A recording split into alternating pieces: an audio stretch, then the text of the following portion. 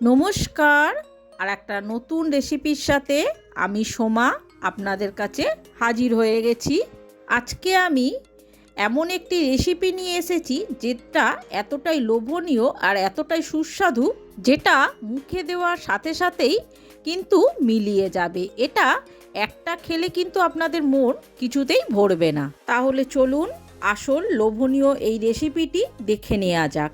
এখানে আমি 500 গ্রাম বিউলির ডাল রাতভর ভালো করে ধুয়ে জলে ভিজিয়ে রেখেছিলাম। দেখতেই পাচ্ছেন ডালটা অনেকটাই নরম হয়ে গেছে, একটুতেই ভেঙে যাচ্ছে। তাহলে চলুন এই ডালটাকে আমি একটা মিক্সার বাটি করে ডালটাকে প্রথমেই আমাদের একদম মিহি করে বেটে নিতে হবে। তার জন্য আমি একটা মিক্সার বাটিতে পরিমাণ মতো ডাল দিয়ে অল্প করে আমি জল দেব। এখানে বেশি জল ব্যবহার করা যাবে না। আমি ডালটাকে দেখুন খুব ভালো করে একদম মিহি পেস্ট করে বেটে নিয়েছি।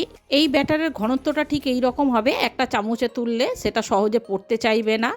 আর দেখুন কতটা মিহি হয়েছে বাটাটা। ঠিক এই রকম আমাদের করে বাকি ডালগুলোকেও আমি ঠিক এই সেম প্রসেসেই আমি বাকি ডালগুলোকেও বেটে নেব।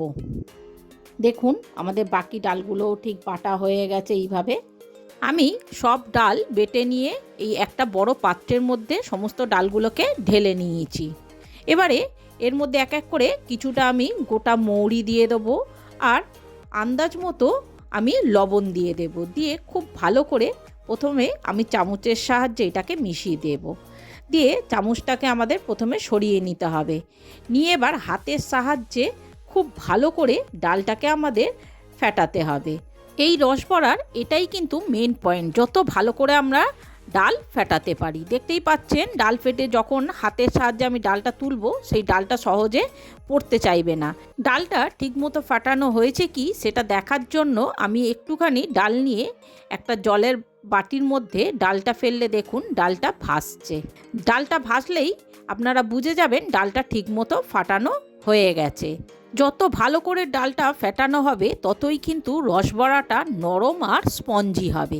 অন্যদিকে আমি একটি কড়াতে পরিমাণ মতো তেল দিয়ে দেবো রসবড়াগুলো ভাজার জন্য। তেলটা যতক্ষণ গরম হবে আমি এদিকে রসবড়ার রসটা রেডি করব। একটা পাত্রের মধ্যে আমি কিছুটা জল দিয়ে দিলাম, আর এখানে আমি 700 গ্রামের মতো আমি নতুন গুঁড়ে যে পাটালি, সেই পাটালিটা ভেঙে এর মধ্যে দিয়ে দিয়েছি। এবার রসটা ফুটে ওঠা পর্যন্ত আমাদের অপেক্ষা করতে হবে। অন্যদিকে আমাদের তেলটা গরম করা হয়ে গেছে। যখনই গরম হয়ে যাবে তেলটা, তখনই এখানে আমি দেখতে পাচ্ছেন একটা ছোট বাটির মধ্যে আমি কিছুটা ডাল বাটা নিয়ে নিয়েছি। নিয়ে হাতের সাহায্যে এই রকম ছোট ছোটোর মতো বড়ার আকারে আমি তেলের মধ্যে ছেড়ে দেব। দেখতেই পাচ্ছেন বড়াগুলো তেলের মধ্যে ছাড়ার সাথে সাথে কীরকম ভেসে উঠছে। এই সময় আমাদের গ্যাসের আঁচটা একদম লো মিডিয়ামে থাকবে। আর বড়ার কালারগুলো যখনই দেখবেন ঠিক এই রকম চলে এসেছে, হালকা ব্রাউন হয়ে গেছে, তখনই একটা ছাঁকনির সাহায্যে ছেঁকে আমি একটা প্লেটের মধ্যে তুলে নেব। অন্যদিকে আমি যে রসটা বসিয়েছিলাম গ্যাসের মধ্যে সেটা দেখুন ফুটে গেছে। এবারে গ্যাসটাকে আমি অফ করে দেবো, আর ফোটানোর দরকার নেই। এবারে আমি সেই যে বড়াগুলো ভেজেছিলাম সেইগুলো এই গরম রসের মধ্যে আমি ঢেলে দেব। দিয়ে আমি একটা চামচের সাহায্যে খুব ভালো করে রসের সঙ্গে বড়াগুলোকে মিশিয়ে দিয়ে আমি একটা চাপা দিয়ে দেব। অন্যদিকে আমি আবার একইভাবে ডালগুলোকে তেলের মধ্যে বড়ার আকারে ছেড়ে দেব। দিয়ে একটা খুন্তির সাহায্যে হালকা করে আমি এগুলোকে নেড়ে দেব উল্টে পাল্টে করে। দিয়ে যখনই দেখবেন বড়ার কালারগুলো এইরকম হয়ে গেছে, তখনই আমি একটা ছাঁকনির সাহায্যে তেল থেকে ছেঁকে তুলে আবার সেই গরম রসের মধ্যে আমি বড়াগুলোকে ঢেলে দেব। দিয়ে একটা চামচের সাহায্যে চেপে চেপে আমি বড়াগুলোকে রসের মধ্যে ডুবিয়ে দেবো, যাতে খুব সহজে বড়ার মধ্যে রসগুলো ঢুকতে পারে। দিয়ে ঢাকা দিয়ে দেব। দিয়ে ওই একইভাবে বাকি ডালের বড়াগুলোকেও আমি ভেজে নিয়ে তুলে নেব।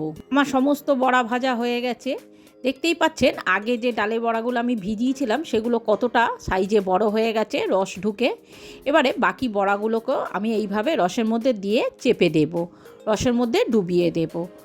আর এটাকে আমি চাপা দিয়ে অন্তত 2 ঘন্টার মতো আমি রেখে দেব। 2 ঘন্টা পর ঢাকা খুলে দেখতেই পাচ্ছেন রসবড়াগুলো রসে ডুবে কতটা নরম আর কতটা রস ঢুকে বড় হয়ে গেছে সাইজে।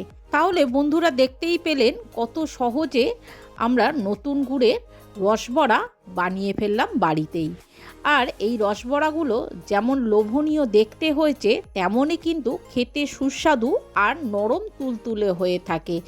মুখে দিলেই যেটা সাথে সাথে মিলিয়ে যাবে। আর কোনো মানুষ একটা দুটো খেয়ে এটা কিন্তু মন ভরবেই না, তখন খাওয়ার পর বারবার আপনাকে চাইবে রসবড়াটা।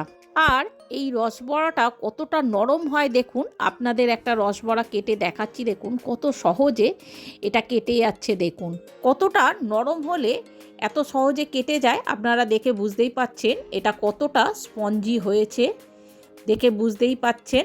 একটা ভেঙে দেখাচ্ছি, দেখুন কতটা নরম হয়েছে আর কত সহজে এটা ভেঙে যাচ্ছে, দেখুন হাতের মধ্যেই সহজেই মিশে যাচ্ছে। তাহলে বুঝতেই পাচ্ছেন এটা মুখে দেওয়ার সাথে সাথে কী রকমভাবে মুখের মধ্যে মিলিয়ে যাবে। তাহলে বন্ধুরা বুঝতেই পাচ্ছেন মিষ্টিটা কতটা লোভনীয় আর কতটা সুস্বাদু হয়েছে। তাহলে বন্ধুরা আর দেরি না করে ঝটপট আমার এই রেসিপিটি দেখে আপনারাও বাড়িতে সহজেই এইভাবে রসবড়াটা বানিয়ে ফেলুন, আর বাচ্চা থেকে বড় সকলের মন খুব সহজেই আপনারা জয় করে ফেলুন। আর একবার বানালে বারবার আপনাকে বানাবার অনুরোধ করবে। তাহলে বন্ধুরা আপনাদের যদি আমার এই রেসিপিটি ভালো লেগে থাকে তাহলে অবশ্যই আমার চ্যানেলটি সাবস্ক্রাইব করে একটা লাইক, কমেন্ট আর শেয়ার করে দেওয়ার অনুরোধ রইল। তাহলে বন্ধুরা আজকের মতো আমার এই ব্লগটা আমি এখানেই শেষ করলাম।